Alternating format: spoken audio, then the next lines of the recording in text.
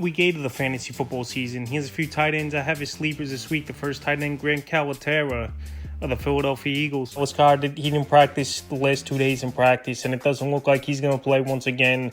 And Calcaterra, last week, I know he didn't do much, but filling in week 6 when Goddard went down with injury. 4 catches, 67 yards, and 4 targets. And then week 7 at the Giants in a blowout victory, 1 catch, 5 yards. So this week, a good matchup on paper at the Bengals. Give up the 4th most fantasy points to tight ends on the season. And this Bengal defense versus good offenses this season. They just haven't stopped anyone.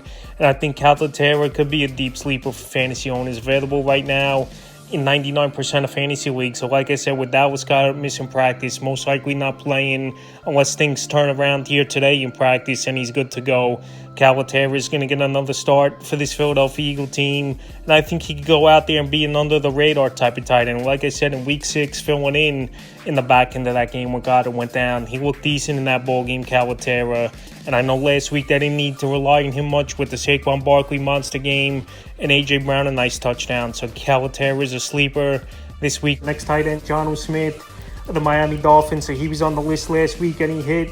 Was Jonnu Smith with a big ball game, 22 fantasy points in PPR league, 7 catches, 96 yards, and a touchdown. 3 out of 6 games this season, double-digit fantasy points for Jonnu Smith, out there in 95% of fantasy leagues. And this week, it's a decent matchup versus the Arizona Cardinals. And just mentioning the Cardinals, we saw Will Dissly last week go for 8 for 81 on 11 targets. The only thing, Tua is coming back to the lineup this week here. And we know we don't target the tight end, and the target's going to be all the Tyreek Hill, Jalen Waddle, and Devon Achane out of the backfield. That definitely could be a step back, obviously, for Jonnu Smith this week with Tua back in the lineup. But like I said, last week a big ball game, at least 3 games with double digits in PPR leagues, and definitely a deep league sleeper this week. And the final tight end I have as a sleeper is Chig Okonkwo of the Tennessee Titans. Okonkwo out there in 94% of fantasy leagues. And Chig Okonkwo and Mason Rudolph actually had decent rapport in last week's ball game at the Bills, where he had his best game of the year, 4 catches,